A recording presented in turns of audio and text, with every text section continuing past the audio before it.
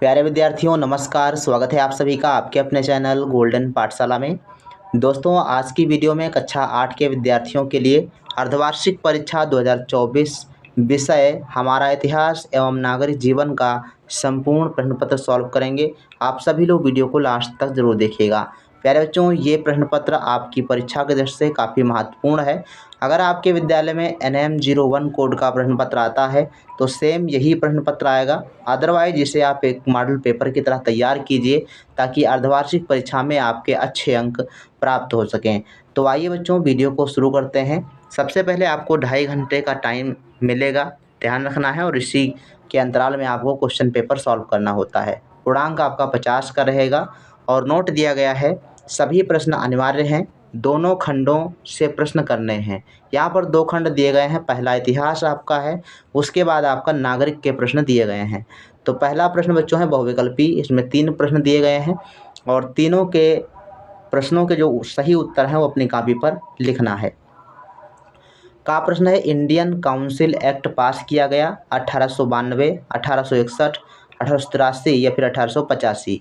तो Indian council act ये पास किया गया था 1861 में। ऑप्शन नंबर 22 का सही आंसर हो जाएगा। खा प्रश्न है बहादुर शाह द्वितीय की मृत्यु हुई रंगून में, कानपुर में, झांसी में या लखनऊ में। तो बहादुर शाह द्वितीय की जो मृत्यु हुई थी ये रंगून में हुई थी। ऑप्शन नंबर आ इसका सही जवाब हो जाएगा। गा प्रश्न है रेगुलेटिंग एक्ट बनाया गया 1773, 1784, 1757, 1857 है यहाँ पर और 1770। तो सही जवाब हो जाएगा ऑप्शन नंबर आ 1773 ईस्वी में रेगुलेटिंग एक्ट बनाया गया था। 1784 में बच्चों पिट्स इंडिया एक्ट आया था। तो इसको भी ध्यान रखेंगे, हो सकता है आपसे क्वेश्चन बदल जाए तो आप इसको भी याद रखिएगा। दूसरा प्रश्न है अतिलघुत्तरीय प्रश्न। का प्रश्न दिया गया है बंगाल में दोहरी शासन व्यवस्था किसने शुरू की थी। तो यहाँ पर आपको कम से कम 1 या 2 लाइन में आंसर देना है। तो बंगाल में दोहरी शासन व्यवस्था की शुरुआत की थी लॉर्ड क्लाइव ने। तो लिख देना यहाँ पर लॉर्ड क्लाइव। इसके बाद जो है दूसरा प्रश्न खा नंबर दिया गया है 1857 ईस्वी की क्रांति की शुरुआत कहाँ से हुई थी। तो ये बच्चों मेरठ के बैरकपुर छावनी से 1857 की क्रांति की शुरुआत हुई थी। गा प्रश्न दिया गया प्रथम आंग्ल मैसूर युद्ध किसके बीच में हुआ था। तो प्रथम आंग्ल मैसूर बच्चों ये हुआ था हैदर अली और अंग्रेज़ों के बीच। तो हैदर अली और अंग्रेज़ों के बीच प्रथम आंग्ल मैसूर हुआ था। इस प्रकार से आप लिख दीजिएगा। घा है फोर्ट विलियम कॉलेज की स्थापना कहाँ हुई थी। तो लिख दीजिएगा 1801 ईस्वी में फोर्ट विलियम कॉलेज की स्थापना कोलकाता में की गई थी। तो इस प्रकार से अपने आंसर जो है 1 लाइन में आप लिख सकते हैं। तीसरा प्रश्न बच्चों दिया गया है लघुत्तरीय प्रश्न। लघुत्तरीय प्रश्न नंबर जो आपके प्रश्न है 10 नंबर में दिए गए हैं। पहला प्रश्न है सहायक संधि क्या थी। मैकाले भारतीयों को अंग्रेजी माध्यम से शिक्षा क्यों देना चाहता था। और गा प्रश्न है 1857 ईस्वी की क्रांति के 4 कारण लिखिए। तो इन सभी के उत्तर हमने लास्ट में बताए हैं। अगर आपके विद्यालय में ये प्रश्न पत्र आता है तो आप इसको ज़रूर तैयार करके जाएं। हमने सभी प्रश्नों के उत्तर विधिवत बताने का काम किया है। चौथा प्रश्न है दीर्घोत्तरीय प्रश्न। इसमें 2 प्रश्न करने हैं और 10 अंक के हैं। अंग्रेज़ों द्वारा भारत में किए गए भूमि सुधारों के बारे में लिखिए। खा प्रश्न है 1857 ईस्वी की क्रांति की प्रमुख घटनाओं के बारे में लिखिए। तो इनको अगर आप पूरा लिख देंगे तो पूरे अंक आपको मिल जाएंगे। इसके बाद जो है बच्चों नागरिक शास्त्र के कुछ प्रश्न यहाँ पर पूछे गए हैं, तो इसको भी आप ज़रूर तैयार करें। लोकतंत्र को सफल बनाने के लिए स्वतंत्र निर्वाचन क्यों आवश्यक है, ये 5 नंबर में प्रश्न आपका है। और छठा प्रश्न है पंचशील क्या है एवं इसके सिद्धांत कौन कौन से हैं, ये 10 नंबर में प्रश्न आपका पूछा गया है। और 7 नंबर क्वेश्चन दिया गया है सही गलत के निशान लगाइए। पहला जो कथन दिया गया है वायुसेना के अध्यक्ष को एडमिरल कहते हैं, ये आपका गलत है। और महिलाओं को सेना में भर्ती नहीं किया जा सकता है, ये भी कथन आपका गलत दिया गया है। तो सही गलत में तो आप दोनों को गलत कर दीजिए। और इसके बाद आइए चलते हैं कि जो भी प्रश्न हमने यहाँ पर छोड़े हैं इनके आंसर आप कैसे लिखेंगे। तो आइए बच्चों आप देख लेते हैं कि इन प्रश्नों को आप कैसे लिखेंगे जो आपके लघुत्तरीय और दीर्घोत्तरीय प्रश्न दिए गए हैं।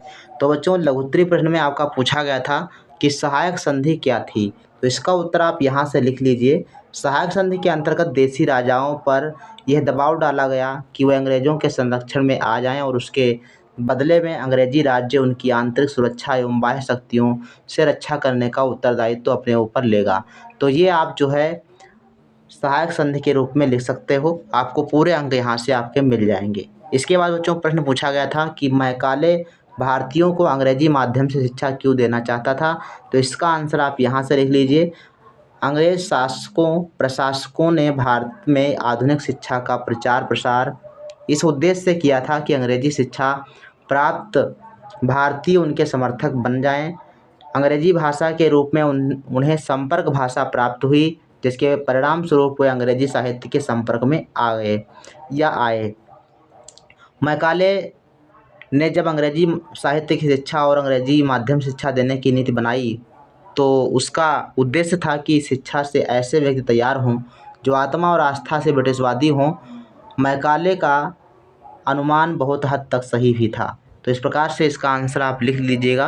पूरे अंक यहाँ से आपको मिल जाएंगे। नेक्स्ट क्वेश्चन बच्चों है, अंग्रेजों द्वारा भारत में किए गए सुधारों के बारे में लिखिए। तो इस प्रश्न को आपको यहाँ से लिख लेना है और सबसे पहले आपको देखो यहाँ से यहाँ तक भूमिका लिखनी है। इसमें आप थोड़ा सा काट भी सकते हो, लेकिन कम से कम 2 पेज में आप आंसर लॉन्ग आंसर का ज़रूर लिखिएगा ताकि आपको पूरे अंक मिलें। इसके बाद आप 3 हेडिंग डाल लीजिएगा। भूमि सुधार किया था, रैयतवाड़ी व्यवस्था, स्थायी बंदोबस्त और महालवाड़ी प्रथा। इन 3 हेडिंग को डाल करके आप जो है बहुत ही अच्छी तरीके से लिख सकते हो। पहले आप इसको लिख लीजिए, याद कर लीजिए, उसके बाद जो है पेपर देने आप जाइएगा। इसके बाद बच्चों क्वेश्चन नागरिक शास्त्र में पूछा गया था कि लोकतंत्र को सफल बनाने के लिए स्वतंत्र निर्वाचन क्यों आवश्यक है। तो इसका उत्तर आप यहाँ से ले सकते हो। लोकतांत्रिक व्यवस्था में जनता अपने प्रतिनिधियों को चुनकर संसद भेजती है। यह स्वतंत्र निर्वाचन व्यवस्था द्वारा ही संभव है। यदि निर्वाचन पर किसी व्यक्ति, संस्था या पार्टी का दबाव हो तो सही प्रतिनिधि का चुनाव संभव नहीं हो पाएगा। तो इसका बच्चों आंसर यहाँ से आपका हो जाएगा कंप्लीट। इसके बाद ये प्रश्न पूछा गया था कि पंचशील क्या है एवं इसके सिद्धांत कौन कौन से हैं। तो पंचशील आपका यहाँ से परिभाषा हो जाएगी और यहाँ से इसके सिद्धांत लिख लीजिएगा। सिद्धांत पहला है कि एक दूसरे की राज्य की सीमा एवं उसके प्रभुता का सम्मान किया जाएगा, एक दूसरे के भूभाग पर आक्रमण न किया जाएगा, एक दूसरे के आंतरिक मामलों में हस्तक्षेप न किया जाएगा, समानता और पारस्परिक लाभ को ध्यान में रखा जाएगा, शांतिपूर्ण सहअस्तित्व की भावना का पालन किया जाएगा। तो ये सिद्धांत थे पंचशील सिद्धांत के, जिसके आधार पर जो है चीन और भारत के बीच में समझौता भी हुआ था। तो इस प्रकार से आप इसका आंसर लिख सकते हैं। इसके अलावा 2 प्रश्न और बच्चों हैं 1857 की क्रांति से, तो उनको भी देख लेते हैं। 1857 ईस्वी की क्रांति से मतलब 2 प्रश्न पूछे गए थे, तो इनका आंसर आप इस प्रकार से लिखिएगा। पहला प्रश्न था लघुत्तरी में कि 1857 ईस्वी की क्रांति के 4 कारण लिखिए। तो कारण में पहला लिख दो राजनीतिक कारण। राजनीतिक कारण में आप ये लिख सकते हो कि अंग्रेजों की युद्ध नीति, लॉर्ड वेलेस्ली द्वारा चलाई गई सहायक संधि नीति तथा लॉर्ड डलहौजी की लैप्स नीति या हड़प नीति से परिणाम स्वरूप बंगाल, बिहार, उड़ीसा और अवध तथा म्यांमार, पंजाब, सतारा, नागपुर आदि भारतीय रियासतों को हड़प लिया गया था। अंग्रेज़ों ने ग्राम स्वराज यानी पंचायतों को समाप्त करके लोगों को गुलामी की जंजीरों में जकड़ लिया था, जिससे राजनीतिक असंतोष फैल गया था। तो इस प्रकार से आप हेडिंग वाइज हेडिंग लिख सकते हो। तो इस प्रकार से ये का, खा और गा, का, खा, गा, घा 4 जो है आपकी हेडिंग ये हो जाएंगी। तो आप जो है इनको बहुत अच्छे से तैयार कर लीजिए और इसके बाद जो है आप पेपर देने जाइए तो पूरे अंक आपको मिलेंगे। इसके बाद बच्चों प्रश्न ये भी पूछा गया था कि 1857 की क्रांति की प्रमुख घटनाओं के बारे में लिखिए। तो घटनाओं के बारे में आप यहाँ से ले सकते हो। पहली जो घटना बैरकपुर में हुई थी और दूसरी घटना मेरठ में आपकी ये लिख सकते हो, बायरैस की घटना लिख सकते हो, बरेली की घटना लिख दीजिए, कानपुर में जो है कौन सी घटना होती है और यहाँ पर सेना का नेतृत्व कौन कर रहा था, आजमगढ़, झांसी, लखनऊ, इन सभी घटनाओं को आप लिख सकते हो। तो ये प्रमुख घटनाएं थीं जहाँ पर 1857 की क्रांति का प्रभाव देखने को मिला था। तो बच्चों इस प्रकार से आपका ये प्रश्न पत्र पूरा होता है। और अगर वीडियो अच्छा लगा हो तो वीडियो को लाइक कीजिए, साथ में चैनल को सब्सक्राइब भी कर लीजिए ताकि हर वीडियो आप तक पहुंचती रहे।